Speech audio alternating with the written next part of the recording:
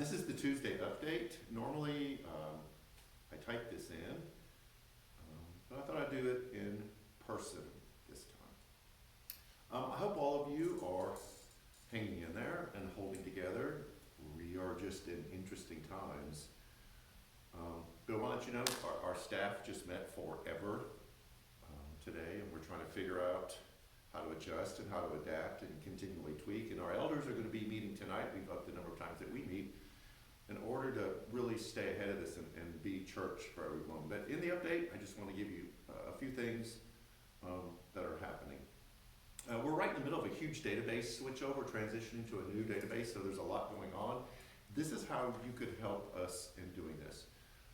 We're finding out that we don't have current information on a lot of you. We don't have emails, phone numbers, things like that. If you could do us a favor, share this, but make sure that your contact information is right, so we can get a hold of you if we need to, and share information with you. So if you just email, contact the church office, call, and make sure that we have the right information, that would help as we transition to this new database. Also, we're looking into a lot of video conferencing platforms. We've been testing several out this past week. Sunday, I think I was on 3 different ones all day just trying to figure out what it looks like. Because we want to connect groups together and we want you to have an opportunity to talk back to us. So we're still in that conversation. We'll do that a little bit tonight also. We realize that we've got some big days coming up. We've got Easter in a week and a half. Mother's Day, graduation, and normally these are kind of big days for us. We like to celebrate those events, but we know that we probably are going to still be isolated. But we're looking at some ways that we can recognize our moms and the women in our church, and that we can recognize our graduates. So you will see some stuff coming out in the next week or so, that we can make this a two-way relationship between us and you as far as those big days are coming up. This Wednesday night would have normally been the gathering. We're in Ephesians, and we're going to come together. We would come together and just have a great conversation about what Ephesians has to say about a church in transition. The topic we're going to hit this Wednesday night, I'll tell you how we're going to do it, is Paul finds himself isolated in prison, unable to travel around, and so he's trying to figure out what it looks like to be a servant and a force for Christ when he is homebound. Kind of ironic, but it seems like it's fitting.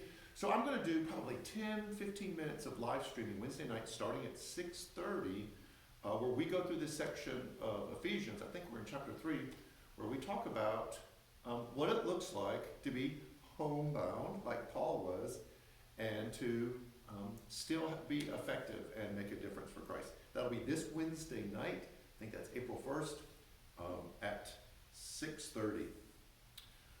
We still want to be the church in the community. We still want to fill the city. We still want to be, as you see this, for LaGrange. So we are in the process of working out several food distribution opportunities that we are going to give food to the community. We've already done that a couple times. This time is more important than ever.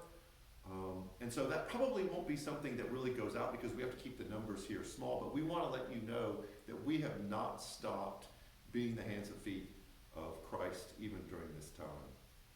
And so that'll be happening in the next couple of days. We're still trying to figure out what worship is looking like. We know that we've been meeting here. Most likely this will change come Sunday, and it'll be different again because we realize that a worship experience virtually, online is different than one experienced in person. And so we're constantly asking how you receive our streaming worship and what we can do to make it something that's more useful for each of you. And so each one of them is going to look different. This is what we noticed this past Sunday. Of course, we monitor the stream while we're doing it, and we noticed that we're getting a lot of new people who are watching our worship stream. So for those of you who call NCC home, we want worship to be something that means something to you because this is your home church and this is where you find spiritual food and inspiration. But we also realize the unique opportunity that we have to create a larger community and reach people that we haven't reached before. So that will be a part of the conversation And we will work that into how we do worship. So as we go forward for the next several worships, you will see us begin to make very concerted efforts to tap into those people who are watching us that aren't part of this community.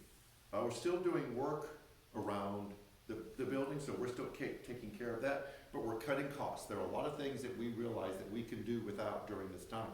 And so your staff is making some significant sacrifices so that we can cut costs and we can really, really tighten the belt during this time of isolation.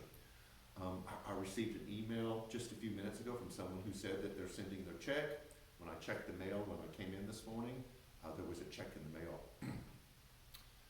It chokes me up. For those of you who, even through these difficult times, find it important and a part of your spiritual worship to continue to give, there aren't words for us to express how grateful we are that this is a continuing act of worship for you.